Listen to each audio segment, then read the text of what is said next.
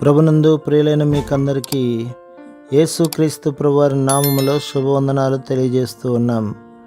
ఎడారిలో సెలయేర్లు అనే ఈ దిన ధ్యానం కొరకై స్వాగతం. మార్చి 29. అడవి పువ్వులు ఎలాగున ఎదుగుచున్నావో ఆలోచించుడి.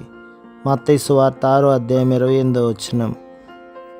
ఆలివ్ నూనె బొత్తిగా దొరకడం లేదు. సరే, ఆలివ్ మొక్క ఒకటి నాటితే సరిపోతుంది అనుకున్నాడు పూర్వం ఒక సన్యాసి. మొక్కను నాటాడు. దేవా, దీనికి వర్షం కావాలి, దీని వేళ్ళు చాలా సున్నితమైనవి, కాబట్టి మెల్లని తొలకరి జల్లును కురిపించు అంటూ ప్రార్థించాడు.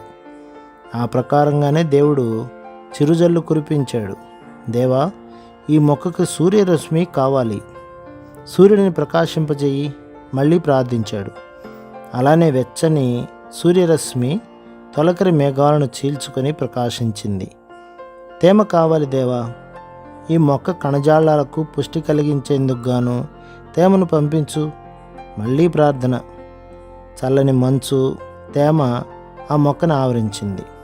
సన్యాసి సంతోషించాడు, కానీ ఆ సాయంత్రమే ఆ మొక్క వాడిపోయింది. సన్యాసి విచారంగా మరో సన్యాసి ఆశ్రమానికి వెళ్ళి ఇదంతా ఆయనకి వివరించాడు. ఆయన అన్నాడు, నేను కూడా ఓ మొక్క నాటాను, చూడు అది ఎంత పచ్చగా కళకళలాడుతుందో. దాన్ని సృష్టించిన దేవుడే కాబట్టి నాకంటే దాని బాగోగులు ఆయనకే బాగా తెలుసు. దేవుడితో నేనేం బేరం ఆడలేదు. ఇలా చెయ్యి అంటూ ఆయనకి నేనేం సలహాన్ని ఇవ్వలేదు. దేవా, ఈ మొక్కకు ఏది కావాలో అది ఇయ్యి అని మాత్రం ప్రార్థించాను.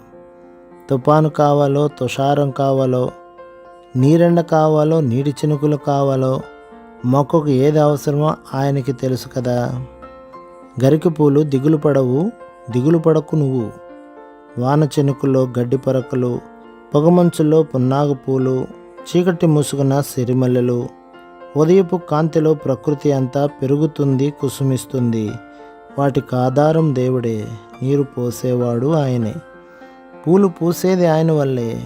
జాజి కంటే, సంపెంగ కంటే, మంచు కడిగిన మల్లె కంటే ఆయనకి నువ్వే ఇష్టం తెలుసుకుంటే.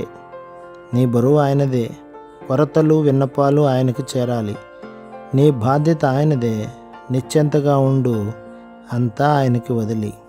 ప్రభు మిమ్మును, మీ కుటుంబమును, మీ సంఘమును దీవించి ఆశీర్వదించునుగాక. ఆమేన్.